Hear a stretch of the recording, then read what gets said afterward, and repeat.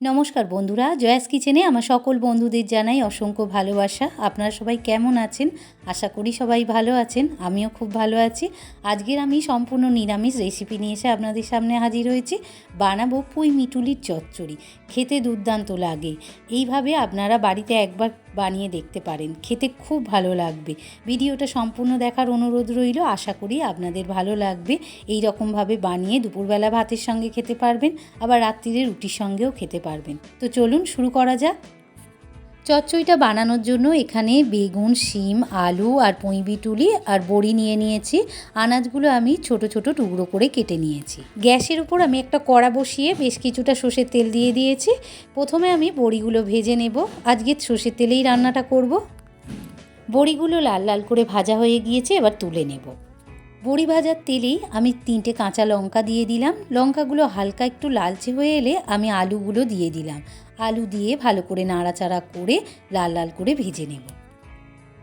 আলুটা বেশ ভাজাভাজি হয়ে এসেছে। এবারে কেটে রাখা শিম আর বেগুনটা দিয়ে আলুর সঙ্গে ভালো করে নাড়াচাড়া করে লাল লাল করে শিম বেগুনটাকে ভেজে নেব। এটা আমার শাশুড়ি মায়ের কাছ থেকে শেখা। উনি খুব সুন্দর এই রান্নাটা করতেন।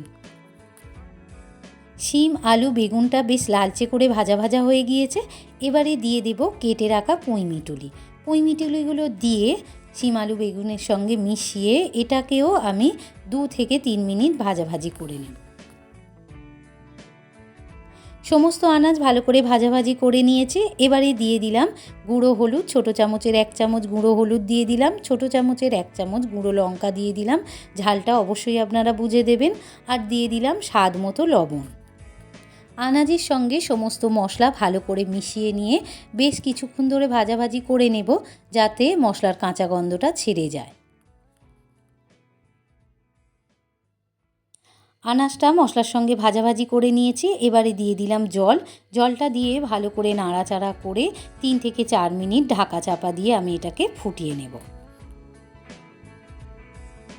3 মিনিট পর ঢাকাটা আমি সরিয়ে নিয়েছি। দেখুন বন্ধুরা, রসটা কতটা শুকিয়ে এসেছে।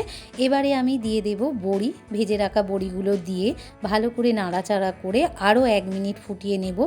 বড়িটা দিয়ে বেশি ফোটাতে যাবেন না, তাহলে বড়িটা যদি গলে যায় একদম, তাহলে তো চচ্চড়িটা খেতে ভালো লাগবে না। ভেজে রাখা বড়িগুলো দিয়ে 1 মিনিট আমি ফুটিয়ে নিয়েছি। আর রসটা একদম শুকিয়ে গিয়েছে। দেখুন বন্ধুরা, একদম শুকনো শুকনো হয়ে গিয়েছে। কত সুন্দর দেখতে হয়েছে, আর খেতেও খুব ভালো হয়। আপনারা বাড়িতে এই রকমভাবে একবার বানিয়ে দেখবেন, খুব ভালো লাগবে খেতে। গরম গরম ভাতের সঙ্গে তো খুব ভালো লাগে। তো রেসিপিটা আপনাদের কেমন লাগলো? যদি ভালো লেগে থাকে তাহলে আমার চ্যানেলটিকে লাইক আর একটু বেশি বেশি করে শেয়ার করে দেবেন। আর আমার চ্যানেলে নতুন বন্ধু হয়ে থাকলে প্লিজ চ্যানেলটিকে সাবস্ক্রাইব করে পাশে থাকা বেল আইকনটি প্রেস করে দেবেন। আর কমেন্টে জানাতে ভুলবেন না যেন আপনাদের এই চচ্চড়ি রেসিপিটা কেমন লাগলো। আপনারা সবাই ভালো থাকুন, সুস্থ থাকুন। আবার দেখা হবে। ধন্যবাদ।